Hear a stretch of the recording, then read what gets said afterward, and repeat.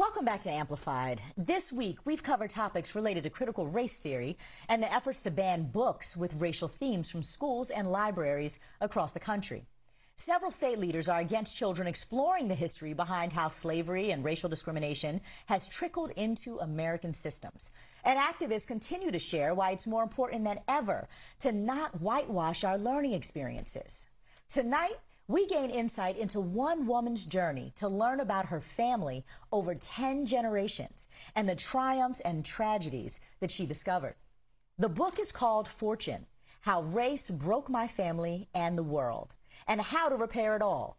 Lisa Sharon Harper spent decades learning about generations of her family and how the changes in America affected changes in their lives.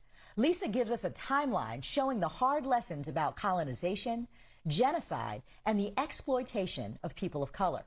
Speaker, writer, activist, and artist Lisa Sharon Harper joins me now with more on her work and why it was important for her to look back in order to look forward. Lisa, welcome to Amplified. Now, before we get into your book, talk about why it was important for you to begin this journey of discovery about your family. And how far back did you go? Great question. First of all, I just want to say I acknowledge and honor the Lenni Lenape people whose land I'm sitting on right now in Philadelphia. My research took me back 10 generations to 1682, to the very first people who came to this land that we were able to trace, and the first ancestor born on this land, who was Fortune Game McGee, born in the colony of Maryland. And I'll tell you, the research, it started just as a way for me to get to know who I am as an African American. You know that we run into that brick wall when you go past the Civil War. So I was amazed when I found family members whose names were on the census before the Civil War, and that was the Fortune family, because they were free. They were free in Virginia and Maryland, going all the way back to the mid 1700s. But before that, they were indentured. And further research showed me that the reason they were free or indentured and not enslaved had to do with those very first race laws. The book is called Fortune: How Race Broke My Family and the World, and How to Repair It All. Tell me about the title. What led you to the title? Well, Fortune traces those 10 generations, and my family story demonstrates how America is an unbroken thread of white supremacist and white nationalist policies, crafted to do one thing: to establish, to entrench, and to protect white male power.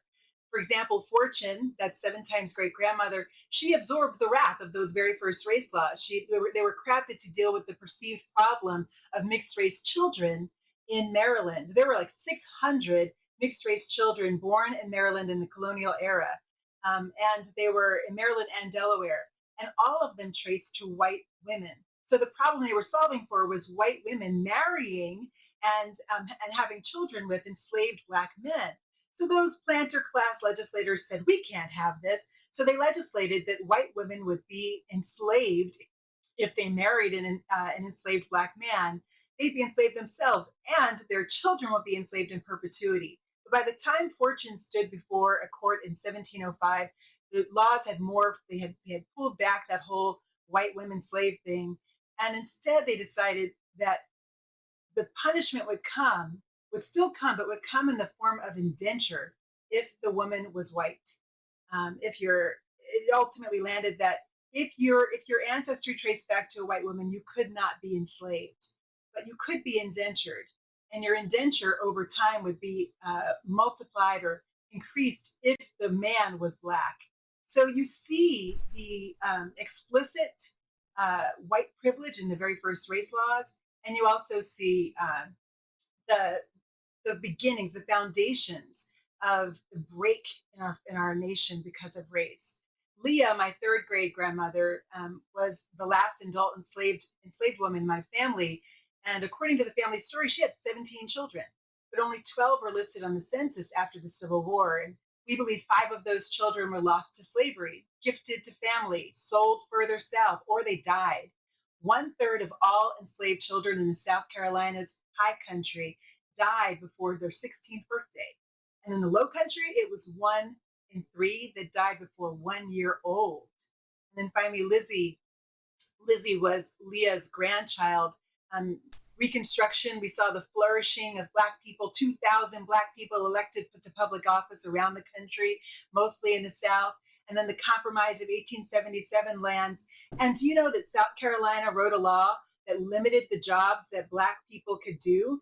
We could only do two things: field labor or domestic labor. Sound familiar? Hello, somebody. They were trying Mm. to reinstate slaveocracy through post Civil War law.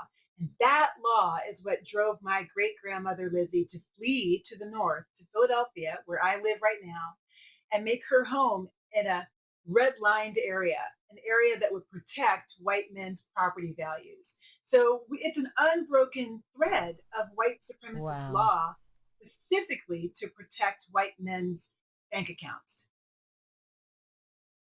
Talk to me about your process as you tried to find out more. I mean, how did you even go about this research? And I'm sure that you've gathered some compelling reasons that more Black Americans should also start to explore their ancestry.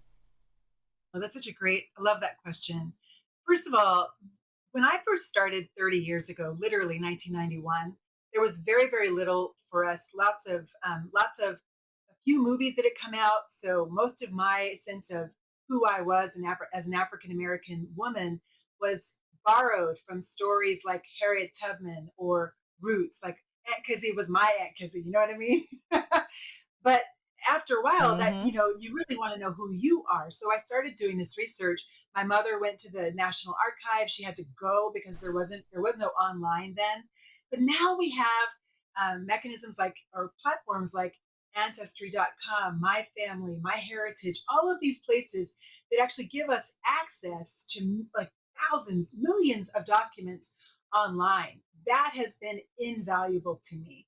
In addition, we now have DNA research. So when I got my DNA back from AfricanAncestry.com, and I saw that my mother's mother down to 1,000 years ago hails from the Yoruba and Hausa people, I wept out loud.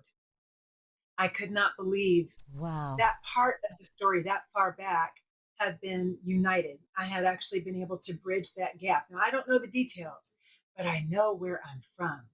And I think that another really valuable Mm. piece of this for me has been that as much as I've uncovered all the degradation, I've also uncovered something that was surprising to me: the strategies of resilience that our families took on and passed on from generation to generation.